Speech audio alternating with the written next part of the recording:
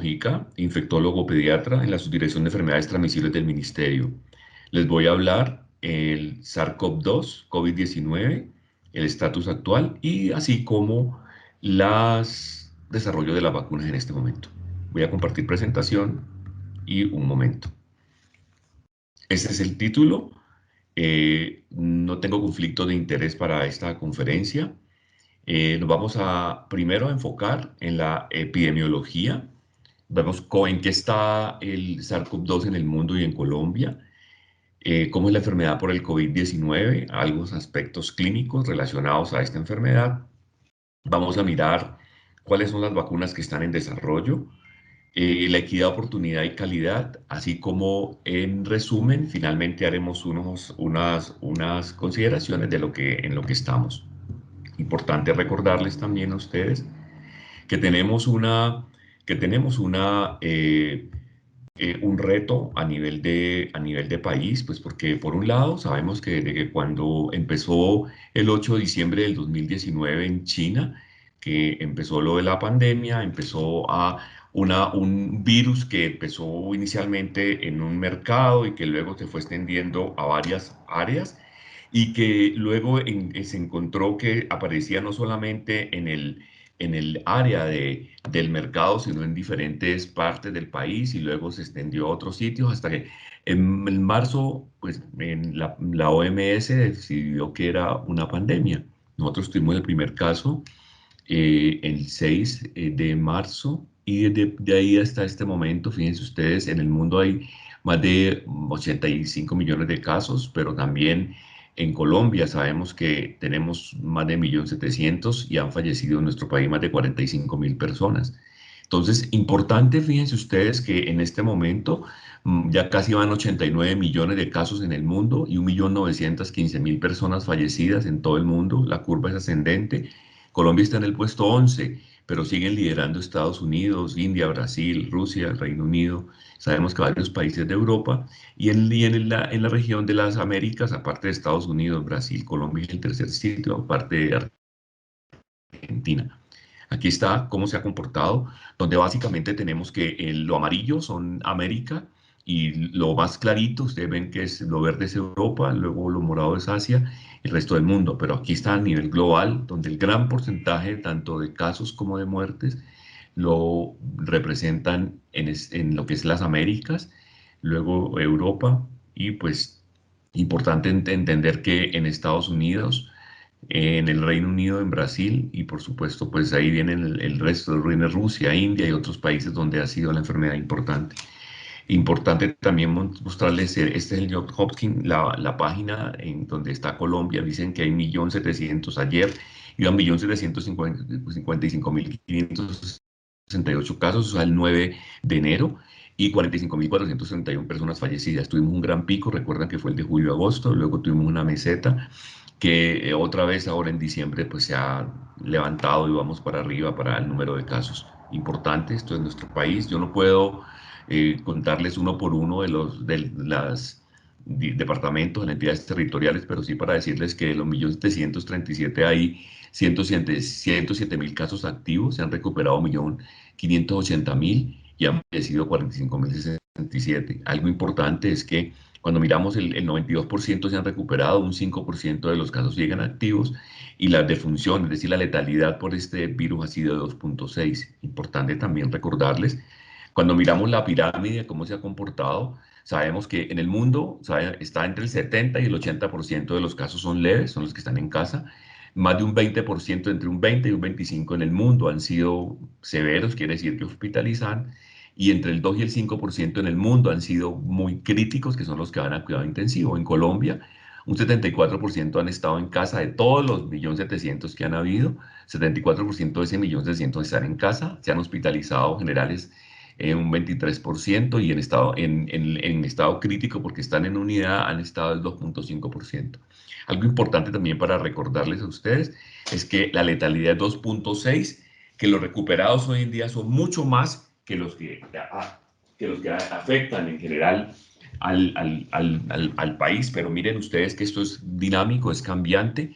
Hace 4 días teníamos que las capitales como Bogotá, Medellín y Cali eran los sitios donde se habían incrementado los casos en los últimos días. Vemos que igual en Barranquilla y Cartagena, Ibagué hace parte de los sitios donde el mayor incremento de casos y mayor carga de enfermedad hay. Igual pasa en Cúcuta y también está presentándose en los Santanderes, sobre todo en Bucaramanga. Eso mismo pasa para los últimos 7 días donde ha habido la mayor carga de defunciones. Y está Bogotá, está Cali, está Medellín, está Barranquilla, está Cúcuta. Pero importante también mencionarles que es dinámico, que la mayoría de afectados, ustedes van a ver que están dentro de los mayores de 60 años, sobre todo hombres, y está el 74% de los afectados de defunciones en ese grupo etario. E importante, si miramos los confirmados en nuestro país, vemos que los confirmados son mayores de 20 años, por supuesto, están entre los 20 y los 60 años en un 74%, pero los fallecidos están entre los mayores de 60 años, con un pico importante entre los 70, por encima de los 70 y sobre todo los 80 años de edad. Cuando miramos esto en la parte pediátrica, yo soy pediatra, soy infectólogo, no me presenté en esto, pero para contarles que estoy un poco sesgado porque me interesa saber qué pasa con los niños. Cuando miramos las defunciones es el 2,6% de la letalidad. Sin embargo, en pediatría es el 0,2. Vemos que de los 1.737.000 hay 128.000 casos, 585 en niños. Fíjense que ese es el 7,4%. Estas diapositivas son del doctor Pablo Vázquez, un pediatra intensivista que nos facilita a través de los datos del Instituto Nacional de Salud, nos aportan estos datos. Y contamos que los niños, fíjense ustedes, el 7,4% representan en lo que ven ustedes en café. Y en todos los cambios que han habido en adultos, fíjense, también hay las cuarentenas, los sectores, lo que es la apertura por inteligente, la de sectores, la selectiva, todo lo que ha pasado en el país, eso influye y eso también ha influenciado cómo se comportan en los niños. Entonces, el 92% son adultos, el 7,4% de la pandemia representa en niños. Y aquí cuando miramos esta tabla específicamente de niños, vemos cómo se ha comportado a través de los sectores, pero sí importante los casos nuevos. Vemos que en la época crítica, cuando tuvimos los casos en julio y en agosto, eran en promedio entre 1.000 y 1.100. Fíjense que ahora tenemos 1.200 casos de niños. Sin embargo, los recuperados de los 128.000 aproximadamente son 120.000 niños recuperados. Y vemos que hospitalizados es el 1,2% en una unidad 0,1. Pero vean, han fallecido 243 niños, de los cuales 0,2 son adultos. ¿Para qué les cuento esto? Porque la vacuna en este momento no incluye niños. Sabemos que si bien la gran carga de enfermedad la dan los adultos o personas con comorbilidades, la carga de enfermedad dada por niños usualmente está en los extremos de la vida, menores de un año sobre todo, y de ahí para adelante pues se comportan más o menos de adolescentes para allá como se comportan los adultos. La mayoría les va muy bien, salvo que tengan en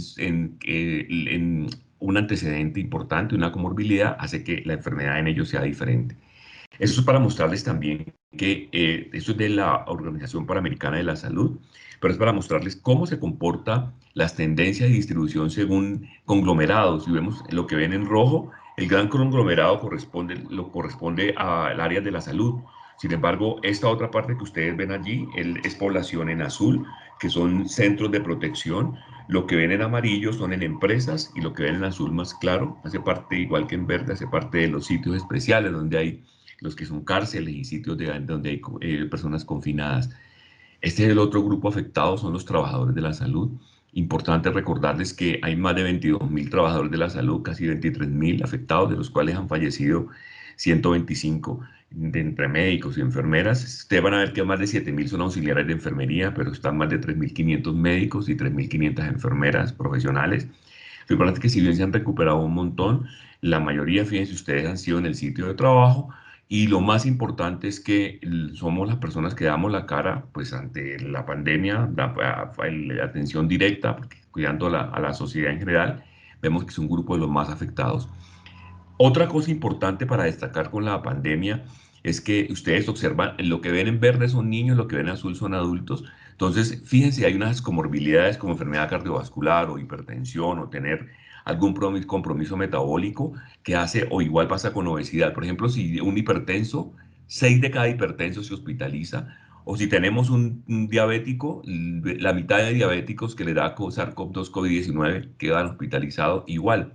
Si tenemos un obeso, una persona con obesidad y más una obesidad mórbida, la mitad de obesos que les da COVID tienen que hospitalizarse.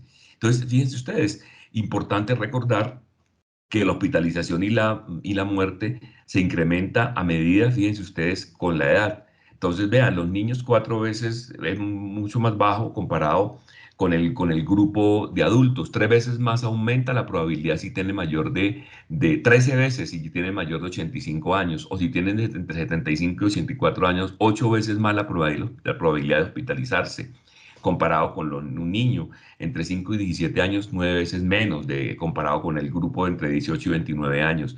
Entonces, fíjense, el grupo de 18 a 29 años, el grupo estándar, igual pasa para la mortalidad. Si comparamos el grupo entre 18 y 29 años, los niños tienen 16 veces más probabilidades de 5 a 17 años de morir, pero vean, aún eso va aumentando a medida que aumenta la edad. Entonces, si tenemos a una persona por encima de 65 años, 90 veces más probabilidad que se muera o 200 veces más probabilidad que muera si tienes 75, 84 años y la edad COVID. Y si es más de 85 años, 630 veces más probabilidad. Entonces, esto es del CDC de Atlanta, donde nos dice que importante las acciones deben ser, primero, el portar la mascarilla, tapabocas, el distanciamiento social, recordar los 2 metros y lavado de manos. Aparte de eso, el lavado y limpieza y desinfección de las superficies. Recuerda que la forma de transmisión del virus es a través, por un lado, de las gotas cuando uno tose, expele a través de las mucosas, entran esas gotas, la mucosa nasal, de las conjuntivas, de la boca.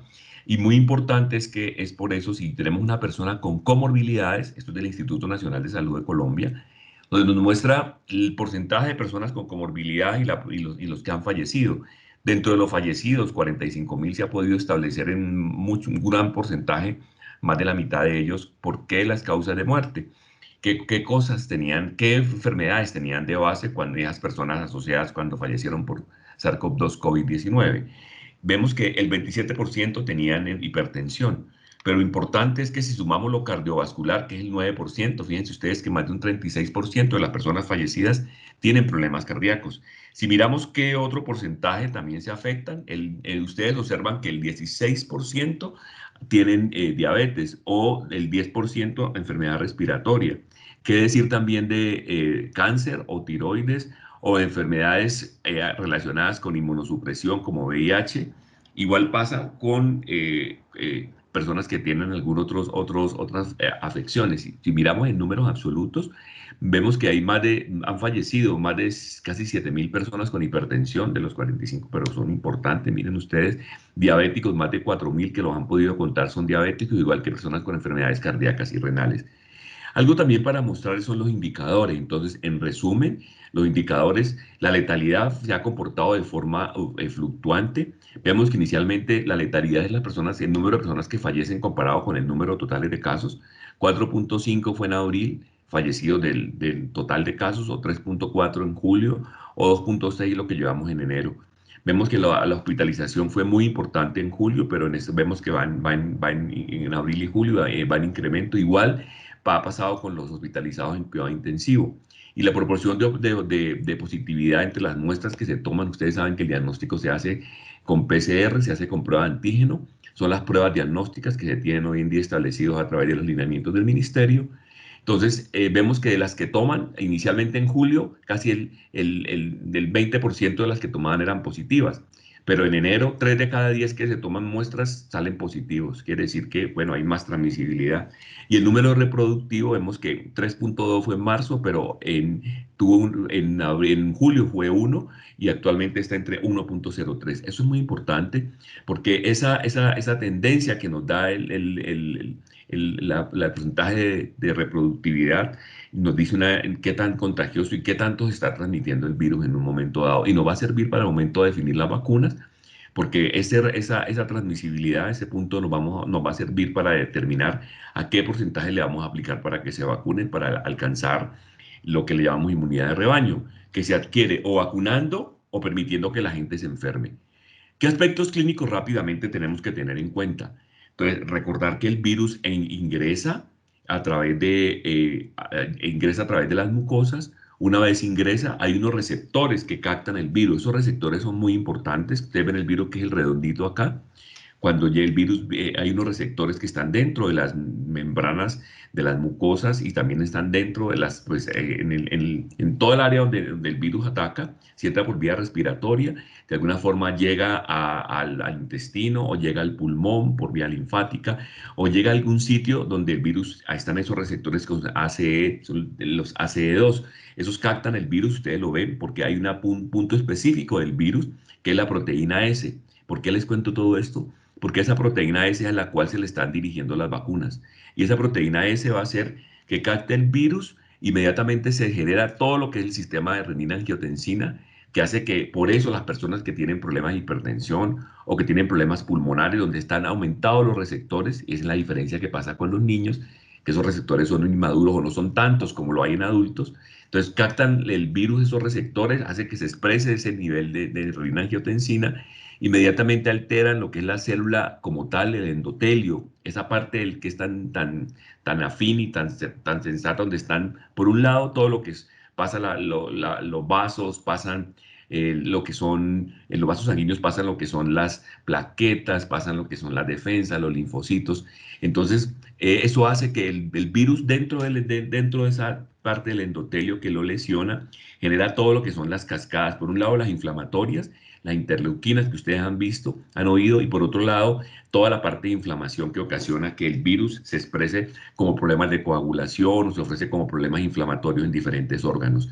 Entonces ustedes van a ver si el organismo una vez capta la célula, si hay adecuada respuesta inmune, el organismo lo capta, inmediatamente genera todos los anticuerpos, toda la inmunidad inespecífica y específica contra el virus, inmediatamente lo neutraliza y la persona pues hace su enfermedad y es capaz de salvarse. Si miren ustedes, si por otro lado no hay adecuada respuesta inmune, la persona, todo lo que es el sistema de defensa trata de eliminar esa parte extraña que es el virus, se desencadena toda la cascada inflamatoria que ustedes ven, las interleuquinas, la célula, la parte está de hematológica y de coagulación y afecta pues el pulmón, afecta el riñón, afecta el sistema nervioso central, afecta el hígado y el intestino y se produce toda la enfermedad florida que ustedes conocen.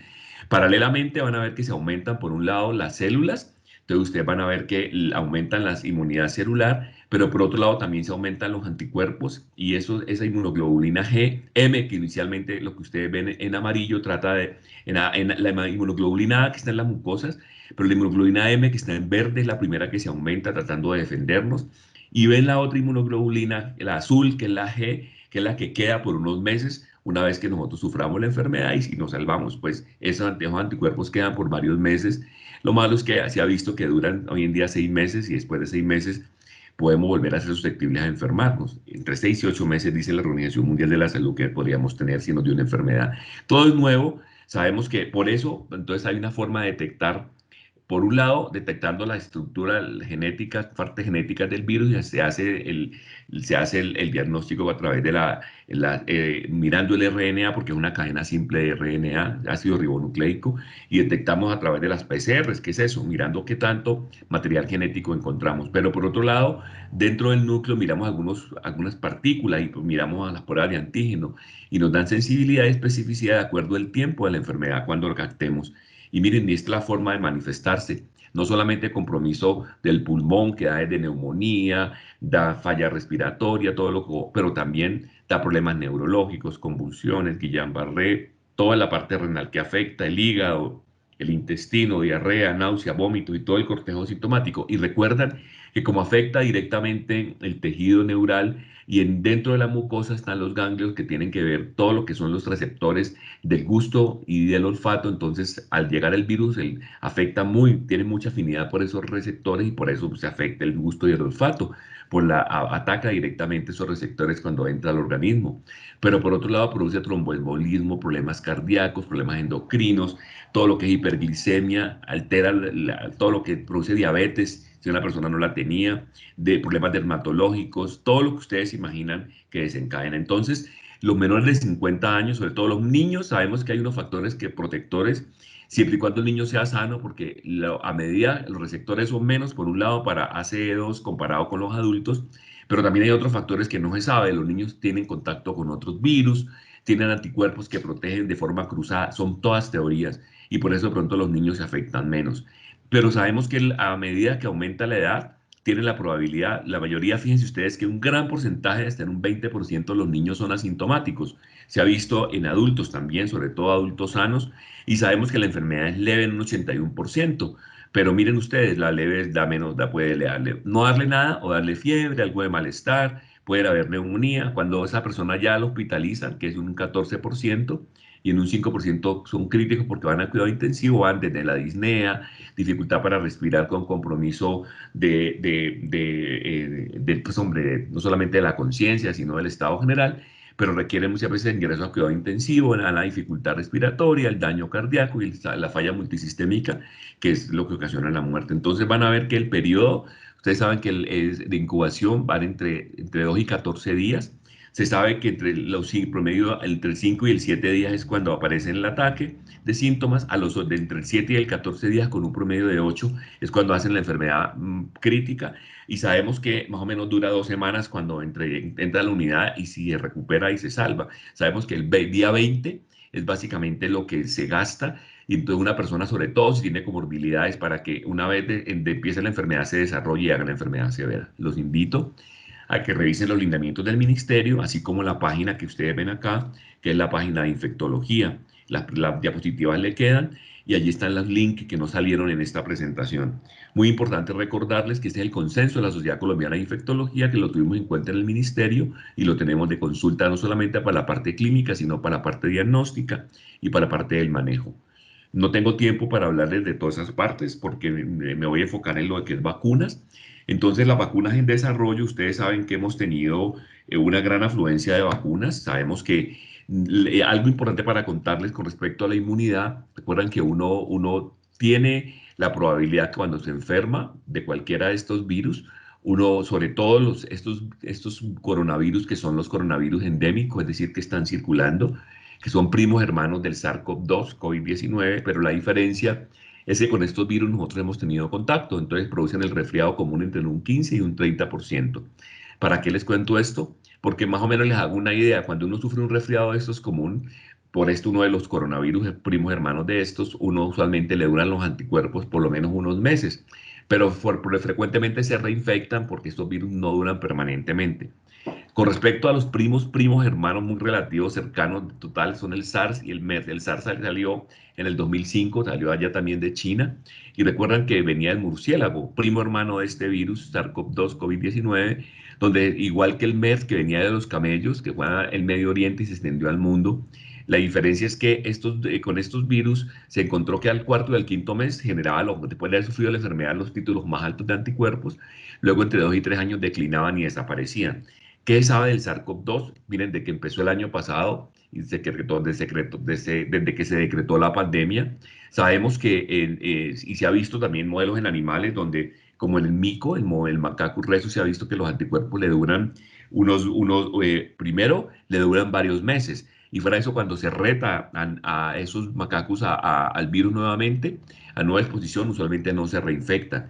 Sin embargo, importante, lo que hemos visto es que se desencadenan anticuerpos en la inmunidad celular humoral, y células que se generan y como tratando de defenderse son la inmunidad celular. Hay modelos animales que básicamente nos acercan a eso, y por eso es que los anticuerpos con los que se usan con el plasma fresco, o los anticuerpos monoclonales que son también usados también para tratamiento, de alguna forma nos dicen que los anticuerpos de alguna sirven a la hora de defendernos. Importante recordarles que para las vacunas hay unas fases que son la fase 1, fase 2 y fase 3 de la fase clínica, pero antes han pasado un proceso de fase preclínico y un proceso exploratorio de estudios en desarrollo. ¿Para qué les cuento esto? Eso es para el normal curso de una vacuna. Una fase inicial, una fase preclínica en animales, luego hay una fase clínica que se realiza en personas, y que se divide esos ensayos clínicos se dividen en 3 fases, la fase 1, 2 y 3, y sabemos que en la fase 1 incluyen un grupo de personas menos de 100, entre 10 y 100, le miran qué tanto es factible, cómo se desarrolla, cómo producen, qué tanto inmunogénica, o sea, qué tantos anticuerpos produce, qué tanto del perfil de seguridad. Luego pasan a la fase 2 donde juegan con la dosis con las que son adecuadas utilizarlas. Y luego miran también cómo se comportan los anticuerpos y miran qué tan seguro es. Una vez pasó eso, que eso puede durar años, pasan a la fase 3 que dura también otro tiempo considerable, donde la colocan a gran escala, se mide perfil de seguridad y se mide también qué tan eficaz es el biológico en tiempo real. Pero cuando hay una pandemia, y lo que pasó con esto, por ejemplo, ustedes recuerdan que para la H1N1, la pandemia que hubo de influenza en el 2009, se demoró más o menos 6, 7 meses la producción. En este momento se ha demorado entre 10 meses y 1,5 años. ¿Por qué razón? Porque la fase preclínica y la fase clínica la tuvieron en cuenta porque se habían adelantado estudios con el SARS y con el MERS. Entonces, la fase uno y fase 2 las superpusieron para hacerlas al tiempo.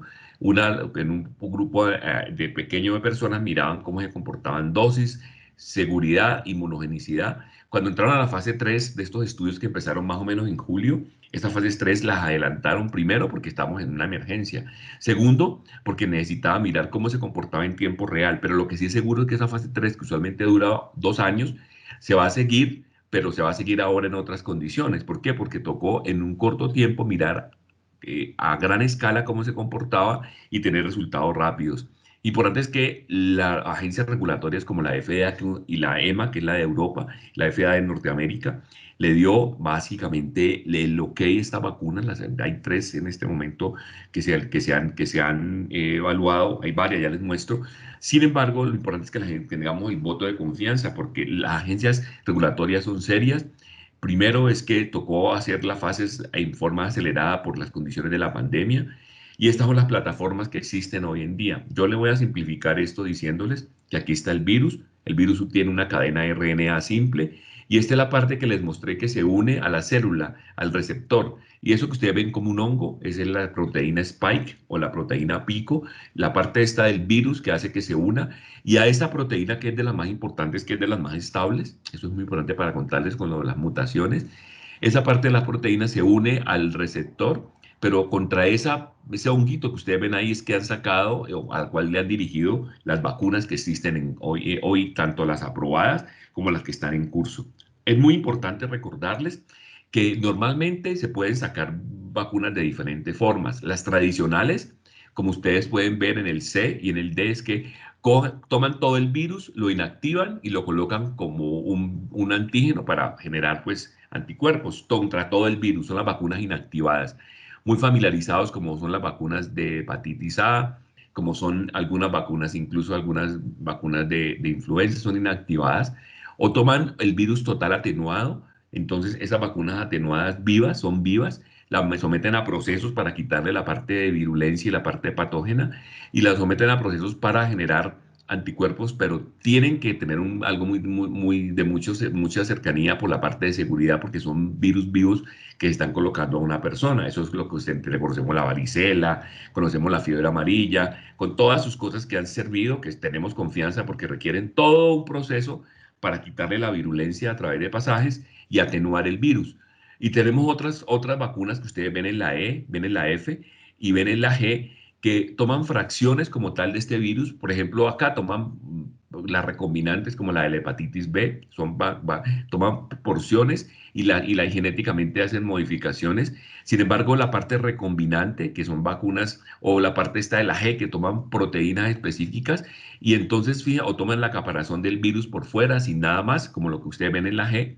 Entonces, esas son otra forma de producir las típicas. Entonces, las inactivadas, las atenuadas y las de proteínas. Son las tres grandes que conocemos. Pero ahora vienen los dos grandes grupos que son nuevos. Los grandes grupos ustedes lo ven en la H, en la I, donde lo que hacen específicamente es cogen una caparazón de otro virus, en este caso han tomado el adenovirus y le ponen una parte interna, que es lo que ustedes ven en naranja, genéticamente le ponen el virus, la proteína del virus Spike, de esa parte naranja que ustedes ven. Esa parte naranja es a la cual le van a generar los anticuerpos. El virus, toman ese virus inactivado, que es la caparazón, es el virus del adenovirus, puede ser del chimpancé, como es la de AstraZeneca, o un virus humano, como es la de Johnson y Johnson, adenovirus, le quitan es la caparazón la que nos sirve porque por dentro le colocan genéticamente la proteína en la cual queremos generar anticuerpos, que es el spike, lo que ustedes ven en naranja. Entonces, algunas se pueden replicar, otras son inactivas. Lo importante es que una vez entra el organismo le crea anticuerpos contra lo que estamos colocándole genéticamente el spike, o sea, contra la proteína del coronavirus y no contra la adenovirus, que es la caparazón. Entonces, la ventaja es que son vacunas inactivadas, pero lo importante es que el organismo muchas veces produce anticuerpos contra el spike, o sea, contra lo que necesitamos, contra la espícula, pero también produce anticuerpos contra el vector y de pronto pueden haber algún tipo de reacción local o sistémicas por el anticuerpos contra el adenovirus. Y los últimos tipos de vacunas son la K y la I, que son las vacunas genéticas. ¿Por qué son importantes? Porque unas toman un DNA, unas cadenas de DNA y le ponen, le insertan la fracción la proteína del spike del coronavirus. Una vez el organismo lo capta, estas vacunas de ácido ribonucleico, DNA, tienen que colocarse en el núcleo a través de un aparato. Entonces, una vez entran al núcleo, se liberan como tal esa parte naranja, que es la proteína a la cual le queremos crear los anticuerpos, y de DNA, pues pasan, liberan el RNA, que es el que necesitamos y que generan proteínas y anticuerpos contra esas proteínas. Y están las de RNA, que son las últimas las que me voy a referir y son las que ya se aprobaron. Toman, lo que ustedes ven en azul es le colocan como una cubierta de lípidos y por dentro colocan la cadena de RNA mensajero. Dentro de eso ustedes ven ahí que le colocan las proteínas del spike. Cuando una vez el organismo las capta, el organismo se colocan en el citoplasma, ese RNA que donde va, como tal, se desintegra y libera las proteínas de la espícula, del spike del coronavirus al cual que le quieren crear los anticuerpos. Y de esa forma funciona. Del citoplasma se liberan, la captan las células y produce los anticuerpos que queremos generar. Ustedes recuerdan que esta es la gráfica de las vacunas inactivadas o las vacunas atenuadas, que recuerdan que son vacunas más débiles que le quitan la propiedad virulenta, se coloca como tal y generan los anticuerpos. Igual pasa las inactivadas. ¿Por qué sirven? Porque son la ventaja es que son vacunas que se han probado, que conocemos toda la amplia portafolio de vacunas que hay con inactivadas, atenuadas. Lo malo es que requieren tener esta parte técnica de tener el virus vivo, luego inactivarlo, matarlo, o atenuarlo con pasajes y requieren toda una tecnología y se demoran mucho en producción. O están las nuevas tendencias y las nuevas plataformas que les expliqué. Esta, que es la de vector viral, la caparazón del virus, de adenovirus, con la parte interna, que es el virus que queremos al cual producir los anticuerpos, lo que viene en naranja, que es la proteína del coronavirus. Y el ébola es la única vacuna que está disponible con esta plataforma. Se crearon vacunas contra el SARS y el MERS en chimpancé, pero no pasaron la parte de humano. Y hoy en día se tienen ya vacunas con este vector viral, incluso ya tenemos la de AstraZeneca, que es la Universidad de Oxford, que ya fue avalada. ¿Qué ventaja se tiene? Que muestra una específica producción de células y de anticuerpos específicamente contra esa parte, pero tiene la desventaja que posee a nivel de la parte de inmunidad, requiere básicamente producir, requiere primero una tecnología específica, pero también produce la desventaja, produce anticuerpos muchas veces pues, contra lo que estamos creando el spike, pero puede producir anticuerpos también contra la caparazón, al adenovirus, y de pronto genera algunas reacciones de pronto no esperadas. Sin embargo, las vacunas de ácidos nucleicos, aquí ya les mostré, aquí están las de DNA. Las de DNA requieren una electroporación, un aparato especial para colocar y que lleguen al núcleo. Y con todos los memoles la gente dice, no, que el DNA, que no, entonces toca mirarlo y hacerle seguimiento. No hay muchas vacunas en desarrollo. A diferencia de las de RNA, que las de RNA, el RNA es libre, son cadenas sencillas que existen en todo el mundo. Gracias al RNA está la vida, pero esas cadenas una vez se inyectan a la célula, esa cadena de lípidos, donde están las nanopartículas, se liberan en el citoplasma. Una vez los captan los ribosomas, el ribosoma dejan el mensaje que es liberar las proteínas que ustedes ven en naranja, son captadas por ser las presentadoras de antígeno y producen la respuesta inmunológica. Aquí están, llegan las partículas nanopartículas, las capta el ribosoma, una vez las liberan, el mensaje es que liberen la proteína una vez se libera, las tomada por la célula presentadora de antígeno, donde ustedes ven lo ven en naranja con un punto rojo, son los anticuerpos que se generan contra específicamente esa parte que estamos produciendo y colocando en una persona. ¿Qué limitaciones tiene?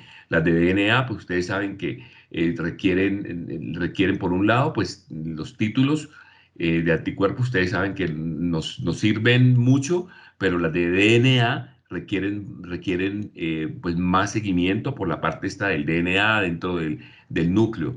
Y pueden, no se sabe a gran escala, toca hacerle seguimiento. Las de RNA, que son las que estamos presentando, son vacunas que tienen un muy buen perfil de seguridad, pero cuando la aplicarla pueden generar reactogenicidad, algún tipo de reacción local. Y los otros que son inestables, para mantener ese RNA activo y que sea adecuado, nos toca tenerlo a temperaturas de -70 grados. Entonces, eso es una desventaja.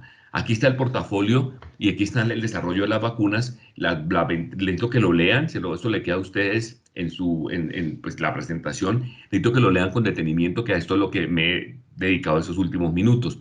Virus inactivados, virus atenuados, la de proteínas, que tienen la larga historia de seguridad de hepatitis, el herpes, todo lo que es tosferina, lo que es el BPH, se pueden producir sin manipular virus y pueden combinarse con ayudantes. Y entonces, esa es la parte de desventaja. Cuando colocan un ayudante, le da mejor respuesta, pero muchas veces da reacciones locales. Algo también muy importante es que las vacunas en curso, por ejemplo, estas de proteínas, que son las que muchas han tenido muchísimas en desarrollo, sabemos que algunas de esas proteínas, algunas como la de Novavax, algunas de COVAX, COVAX con doble X, son vacunas que están en curso y que están en fase 3. Las vacunas inactivadas, hay unas vacunas incluso que ya tienen registro en China, como la de Sinovac, la de Pekín y la de Wuhan de Sinopharma, que son vacunas inactivadas. Toman todo el virus, lo inactivan y la desventaja de esto es que necesitan cultivar un virus vivo, inactivarlo y pues requieren aparte de esos refuerzos para que den respuesta adecuada. Las vacunas de vectores virales han sido utilizadas con éxito para el ébola y la viruela. Pueden requerir 2 dosis, la parte de ventaja. El riesgo de inmunidad preexistente debido al uso de adenovirus o que la persona ha tenido contacto con adenovirus y puede generar anticuerpos contra él, lo que les decía. Y las vacunas, último, las genéticas, que sabemos que de fácil desarrollo y de fabricación inducen respuesta inmunitaria muy adecuada. Sin embargo, algunos requieren administrarla con dispositivos especiales como la de DNA.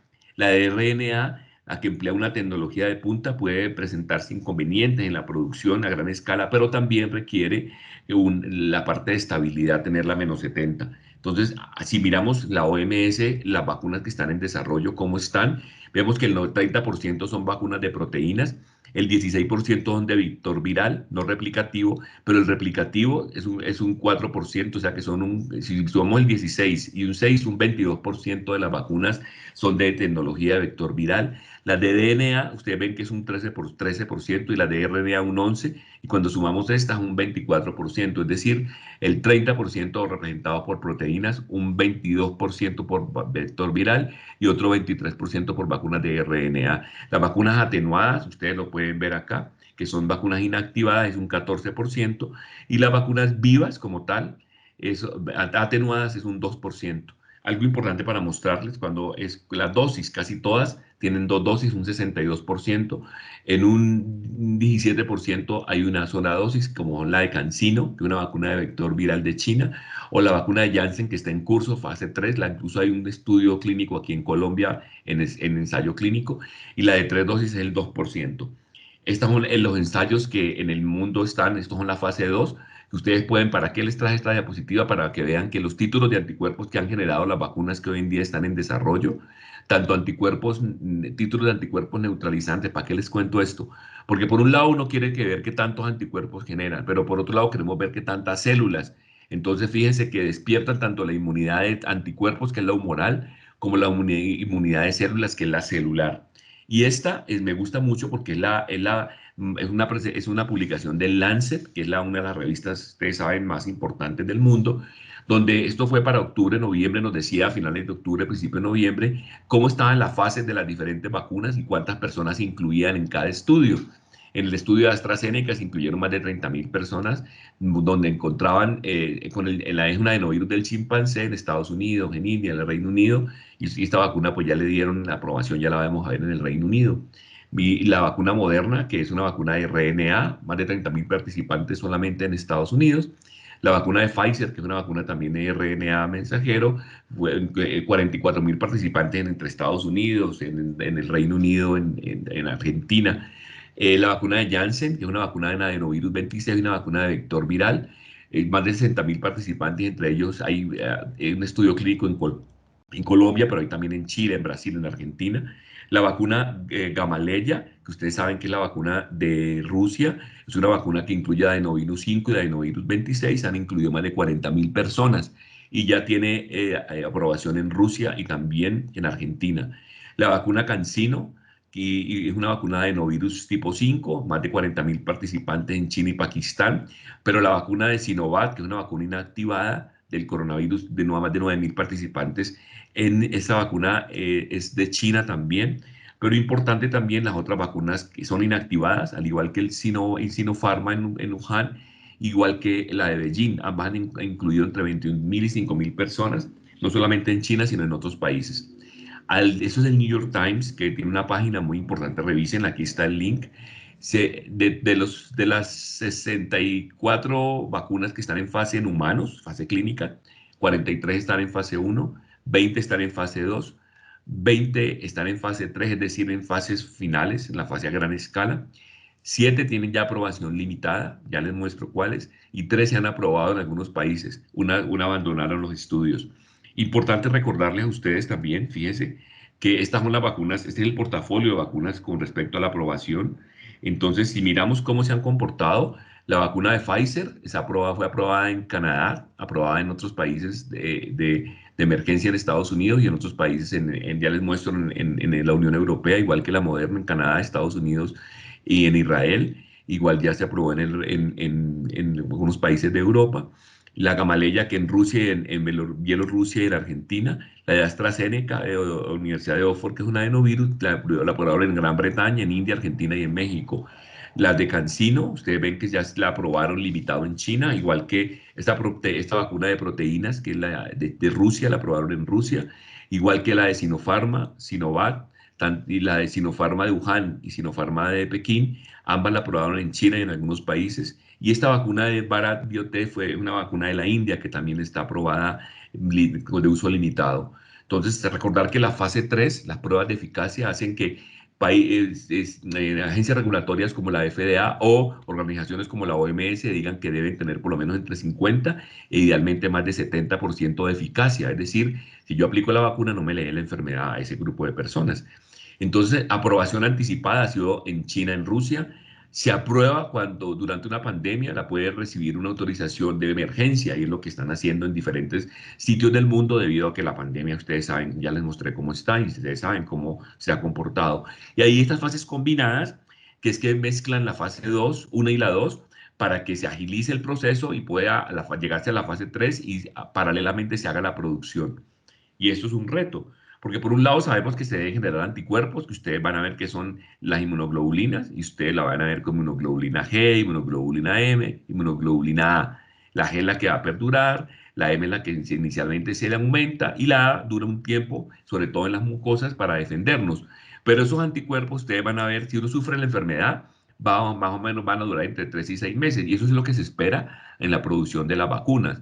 Y lo que ustedes ven arriba es la inmunidad celular, los CD4 y los CD8 y los linfocitos en general totales, que se aumentan a la hora de uno haber tenido contacto con el virus, bien sea el contacto por la enfermedad, sufrirla, o bien sea por haberse vacunado. Entonces esperamos que estos anticuerpos y estas células perduren por mucho tiempo para decir que una vacuna ideal debe tener una inmunidad humoral adecuada, es decir, anticuerpos, una inmunidad celular, es decir, células que me protejan, previene la infección, previene la enfermedad, da inmunidad de rebaño como tal y protege a largo plazo, porque previene la infección también, sabemos que las personas van a evitar que se infecten, pero también la enfermedad, sobre todo la enfermedad severa, que van a ver que en algunas de las vacunas se ha podido probar, que si yo me vacuno, pues me proteja a mí e indirectamente proteja a un grupo de personas y que me proteja a largo plazo. Esto es la plataforma enero 5, hace 4 días, donde nos dice que la OMS de las 172 vacunas, hay aproximadamente 100, casi 200 vacunas, de las cuales 170 están en fase en animales, en preclínica, y hay vacunas en fase clínica que son 63 o 64, y esas son las fases diferentes con las diferentes dosis que tienen. Recordaba que casi todas tienen, el 63% tienen dos dosis, y las que tienen una sola dosis está la vacuna de Cancino, recuerdan que les mostré acá, y la vacuna también de Janssen. Lo importante es que casi las inactivadas, ya les mostré que hay de ellas tres de China que están aprobadas para uso. Y lo importante para contarles es que, miren, la fase 3 que ustedes saben que son bastantes vacunas que han llegado a la fase 3 más de 20, y eso quiere decir que en ese momento en el portafolio van a haber varias vacunas que al pasar la fase 3 pues, se da la prueba de eficacia y se dice qué tanto eficacia tienen y qué tanto perfil de seguridad, que es lo que esperamos que se cumpla con la fase 3. Aquí están las vacunas que están registradas ante la OMS, la Organización Mundial de la Salud, donde nos dicen en qué fase están, fase 1-2, fase 1-2, algunas están en fase 1, pero yo les quería contar a ustedes ahora las vacunas aprobadas. La vacuna de Pfizer es una vacuna de RNA, mostró el 95% de eficacia, son dos dosis, una inicial y la otra al 21 días. Se aplica inyección en el músculo, disculpe que está en inglés, y lo importante es que esta vacuna tiene que almacenarse en menos de 70 grados. La vacuna de Pfizer tiene la ventaja, es que bueno, yo la ultracongelada dura 6 meses, es decir, a menos 70 grados, pero la traigo en las cajas, la traigo 14 a 16 días, me dura transportándome el hielo seco, y una vez yo la descongelo y la meto al refrigerador, normalmente como todas las vacunas, entre 2 y 8 grados, me dura 5 días. La vacuna yo la destapo porque viene en vial multidosis de 5 dosis, y yo la destapo y la tengo que preparar con solución salina. Una vez la preparo con solución salina, me dura 6 horas.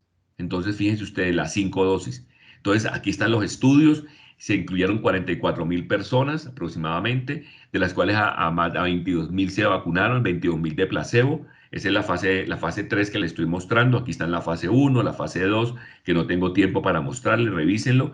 Pero al final la fase 3 es cuando se aplicó a un grupo placebo, a un grupo la vacuna, 22.000 la recibieron, 22.000 recibieron placebo, y se miraron qué tanto, cuando se enfrentaron en vida real, qué tanto les dio coronavirus a las personas que estaban vacunadas y a las que tenían placebo. Y cuando miramos, esta es la publicación del New England del 18 de diciembre, vemos cómo 18.000 personas se les pudo medir, de las cuales de esas 18.000 personas vacunadas, 18.000 personas con placebo se registraron en 2.000, y en 2.000 que se pudieron mirar cercano, vacunadas, 8 tuvieron coronavirus, y mientras 162 de las del grupo de placebo, de las 18.000, se miraron en 2.000, y 162 de esos 2.000 tuvieron coronavirus. Quiere decir que fue el 95% de eficacia cuando se colocó a los vacunados. Y algo también muy importante, miren, está en el registro de las tablas, es que un caso dentro de los vacunados de enfermedad severa versus 9 casos en placebo. Eso le dio una eficacia para enfermedad severa también muy importante. Entonces la enfermedad se protege contra la vacuna de Pfizer, 95% de eficacia para la enfermedad, y para la enfermedad severa con un porcentaje también importante. Cuando miramos la parte de seguridad, vemos que el 27% de eventos adversos que son esperados se dio en los vacunados versus en los no vacunados. Cuando miramos, la mayoría fueron eventos adversos esperados leves. Sin embargo, hubo 4 severos que consistió en la forma de aplicación en el hombro. Ojo con eso, fue un error programático. En la linfadenopatía, es decir, el ganglio en el sitio de la vacunación, o sea, eso también hay que mirarlo. Le dio arritmia a personas que tenían básicamente en una persona, y una persona hizo parestesia, de sensación de adormecimiento. No hubo muertes atribuidas a la vacuna. Las limitaciones, pues hay que seguir el biológico, toca seguir más tiempo para mirar la parte esta de fase 3. Y cuando miramos los eventos locales, que es lo que ustedes ven acá, la columna, los eventos locales fueron leves, y ustedes no alcanzan a ver acá, pero eso es dolor en el sitio de la aplicación, enrojecimiento e inflamación. Por lo menos ustedes van a ver que con la primera dosis, 8 de cada 10 hicieron reacción. con la segunda dosis, menores de 55 años, 7 de cada 10, es el 70% hicieron reacción. Entonces podemos decir que dolor en el sitio de aplicación en menos de 55 años fue de 7 a 8 de 10 personas por la vacuna de Pfizer. Y de 5 a 7 personas, sobre todo me fue menos con la segunda dosis, cuando le aplicaron la segunda dosis comparado con la primera, en más de 55 años les dio en el 5 a 7 de cada 10 tuvieron dolor en el sitio de la aplicación. Este es muy importante porque mira la parte sistémica, que tanto hicieron fatiga, dolor de cabeza, escalofríos y vómito. La más frecuente fue fatiga, que ustedes ven con sobre todo la segunda dosis, le aplicamos la primera, aplicarle la segunda, estos menos de 55 años, casi 59%, o sea, 5, casi 6 de cada 10 hicieron fatiga. Cuando miramos con la segunda dosis, que es donde más reacción hacen, con la segunda dosis hubo dolor de cabeza en 5 de cada 10. Y van a ver que también fiebre fue poquita, hubo casi 2 personas, un 16%. Cuando miramos la parte de dolor muscular, 2 a 3 de cada 10 hicieron dolor muscular. Igual pasa con los que hicieron dolor en articulaciones, 1 o 2 de cada 10. Conclusión, pues fatiga fue la más importante, le siguió dolor de cabeza, le siguió dolor muscular y luego le apareció dolor en las articulaciones. Fiebre fue 1 a 2 personas, igual que hubo algunos hicieron escalofrío, hubo algunas que el malestar general, diarrea, también hubo 1 persona por 10. Estos de mayores de 55 años, ustedes van a ver que fueron más manifestaciones y sobre todo en gente menor, de entre 16 y 55, pero en general pues la vacuna tiene muy buen perfil de seguridad. Estos son los países donde la vacuna de Pfizer está aprobada. Van a ver que está aprobada en Canadá, en algunos Emiratos Árabes, y está para uso temprano en Estados Unidos, en Argentina, en algunos países de Centroamérica, también en Ecuador, y ya Colombia la autorizó recuerdan, esta semana, el día 8 de enero. En la Unión Europea, pues también la vacuna tiene autorización de emergencia. La vacuna Moderna mostró un 94.5% de eficacia, es una vacuna de RNA, se probó específicamente en Estados Unidos, son 2 dosis con un mes aparte de diferencia, 1 hora y otra al mes. Importante es que se requiere también para su estabilidad de refrigeración, dura refrigerada 30 días, poquito más que la de Pfizer, y 6 meses congelada a menos 20 grados. También estos son la fase, yo no les voy a decir, fueron 30.000 personas incluidas, no tengo tiempo para contarles, pero sí para decirles que en diciembre se presentaron los papeles en Canadá y en Estados Unidos y se aprobó tempranamente en Estados Unidos. También está aprobada en Canadá y también en la Unión Europea y ya Israel también aprobó la vacuna Moderna que ya empezó a vacunar. Esta es la vacuna Gamaleya de Rusia, es una vacuna de adenovirus, una vacuna de vector viral. Fue una vacuna que generó una aprobación anticipada, pero hoy en día tiene una aprobación en Rusia y también en Argentina. Importante es que el 91% dio eficacia con 2 dosis, 3 semanas aparte. También es intramuscular, requiere congelación. Y algo muy importante también es que Argentina dio su aprobación igual que Rusia. Son los 2 sitios donde la vacuna se está utilizando ya. Y hay otra aprobación de emergencia que se dio con la vacuna de AstraZeneca, una vacuna de vector, utiliza también adenovirus 5. Y algo también importante es que son 2 dosis con 4 semanas aparte, es a nivel muscular.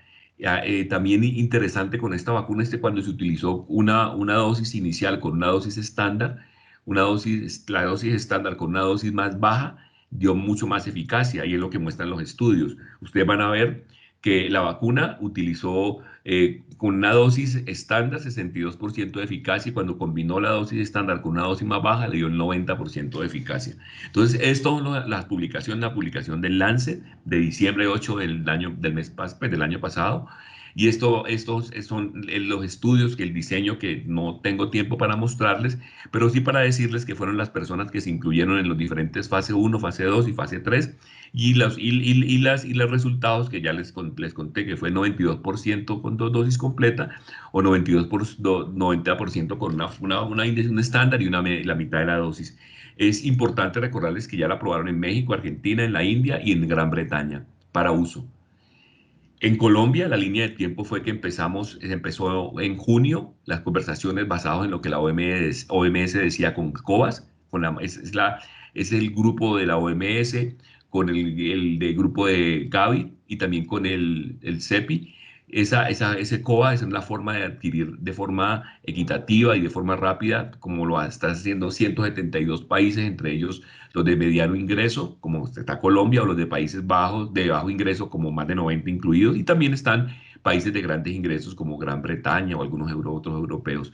Vemos que en julio ya empezaron a hacerse las conversaciones tanto bilaterales como multilaterales, y para decirles que se hicieron una negociación con AstraZeneca, con Pfizer, para la adquisición de las vacunas, aparte del COVAX. Entonces se creó la ley de vacuna y todos los que ustedes saben, pero lo más importante es que hay gratuidad con respecto a la vacuna, va a ser completamente gratis para todas las personas las que vamos a tener acceso, que son, debe ser la mayoría de colombianos. Esta es la forma de adquirir a través del acelerador COVAX.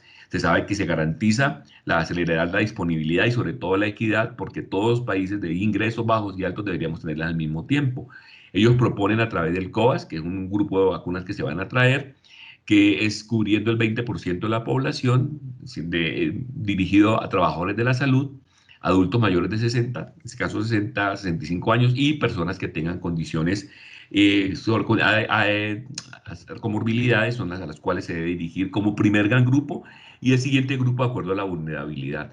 Así en Colombia, así las cosas, sabemos que en Colombia la vacuna se va a dirigir a reducir la mortalidad, reducir la incidencia de casos graves, proteger a los trabajadores de la salud y reducir el contagio. Con eso vemos que los trabajadores de la salud, lo que ven en azul, en amarillo los adultos mayores y las personas con enfermedades como hipertensión, diabetes, falla renal, EPOC, VIH, cáncer, tuberculosis y hepatitis, y son las personas priorizadas, el gran grupo de la fase 1. Entonces, la fase 2 va a incluir etapa 4 y etapa 5, pero en la fase 1 va a subdividir en etapas donde la 1 son trabajadores de la salud, la primera línea de defensa, que es la primera que está dando la cara con el COVID, los mayores de 80. En la etapa 2, población de 60 a 79 años, los trabajadores de la salud de segunda y tercera línea. En la etapa 3, población de 16 a 59 años. Todas las personas además con comorbilidades, que es la condición sine qua non, los profesores de básica y secundaria, estos están en la primera fase, primera, segunda y tercera etapa. Luego viene la segunda fase que incluye cuarta y quinta etapa, donde están los cuidadores de instituciones y poblaciones especiales por ocupación o personas que tengan situación de riesgo. En la etapa 5, todas las personas de 16 a 59 años sin comorbilidades. Algo muy importante también a tener en cuenta es para la equidad, es que la mayoría de lo que es el fallecimiento, hospitalización y unidades se dan en los estratos 3, 2 y 1. Y ustedes van a ver los fallecidos, casi todos están entre el estrato 2 y estrato 1 según el Instituto Nacional de Salud. Entonces, muy importante. Y mirar también estas otras poblaciones, que si bien la mayoría de personas incluidas con comorbilidades van a estar, bien sea de población indígena, población afrocolombiana o extranjeros que estén legalizados, van a tener la oportunidad de la vacuna. Importante es que una vez tengamos todo lo que son las plataformas, ya lo estamos viendo, de todas las vacunas que ustedes ven que son las vacunas en plataformas en desarrollo, tendremos que generar todo lo que significa después de la licenciada por diferentes agencias regulatorias, todo lo que es la escala de producción, lo que es la administración y la inmunidad. Entonces recordar que hay unos procesos que se tienen que llegar, que tenemos que vacunar inicialmente para reducir la mortalidad, morbilidad y proteger el sistema de salud. Entonces, la primera fase, trabajadores de la salud, mayores de 60 y los de comorbilidades. Y se van a subdividir de acuerdo a esas fases, de acuerdo a unas etapas. La segunda fase, reducir la transmisibilidad y generar inmunidad de rebaño. Y es, por un lado, de acuerdo a la vulnerabilidad, a la situación epidemiológica de la cero prevalencia. Importante es que la enfermedad severa se va a evitar, porque eso es lo que se demostró con algunos estudios, sobre todo, o sea, tenemos la de la vacuna Pfizer. Severidad también se mostró porque la enfermedad severa se ve beneficiada con estas vacunas. No se sabe la transmisibilidad, si yo vacuno evito que se transmita, eso es lo que esperamos. Los asintomáticos no se sabe mucho, así que no me lo pregunten. ¿Y cuánto tiempo dura, si es temporal o permanente la protección? Y creemos que se va a comportar de pronto como la influenza, porque cuando yo vacuno con influenza, ustedes saben que los anticuerpos duran menos de un año y al año me tengo que vacunar con la próxima cepa. No sabemos qué pasa con esta vacuna porque es nueva, no sabemos qué pasa con este virus porque es nuevo. El perfil de seguridad a corto y a largo plazo, tenemos que hacer todo lo que es seguimiento estricto de qué pasa con la seguridad. Sabemos que hasta ahora lo que hay está perfil de seguridad adecuado, pero toca seguir por un tiempo más. La inmunidad humoral y celular, entonces sabemos que es importante, pero vemos casos de reinfección cuando me da la enfermedad. No sabemos si con la vacuna toca mirar. las mutaciones, lo que se sabe es que las proteínas a las cuales se le dirigen los anticuerpos es la proteína del spike, que es muy estable, y entonces relativamente por más variación que haya, los anticuerpos son de varios tipos contra varias áreas de ese spike. Entonces, aparentemente, lo que hay que seguirlo, pero los anticuerpos que se producen contra las vacunas que están, aparentemente son protectoras. A través del COVAX, acuerdos directos, o el Pfizer AstraZeneca, acuerdos bilaterales, son los que se están vamos a tener vacunas. Y la equidad, oportunidad y calidad se ve beneficiada a través de principios del Plan Nacional: beneficencia, solidaridad, equidad y justicia, transparencia, todo lo que es primacía del interés general, porque la gente, todos estamos muy preocupados, y la progresividad en cuanto a la distribución de las vacunas. Para finalizar, mantener el distanciamiento es fundamental, son las únicas medidas efectivas: usar correctamente el tapabocas, practicar buenos hábitos de higiene, aislarse ante la presencia de cualquier síntoma, e independientemente, ya sabemos, las medidas de prevención y autocuidado, independientemente del avance en fármacos y sobre todo en vacunas, tenemos que seguir manejando las medidas de prevención y autocuidado. Y ojo, porque los territorios, las entidades territoriales deben continuar con el fortalecimiento del programa PRAS. ¿Se acuerdan? Nosotros hacer el aislamiento, la identificación y el seguimiento de los diferentes casos que tenemos. Entonces, eso es lo que les tenía. Yo les agradezco, pues, primero, por la atención, y segundo, por la consideración de escucharme en este tanto tiempo. Muchas gracias.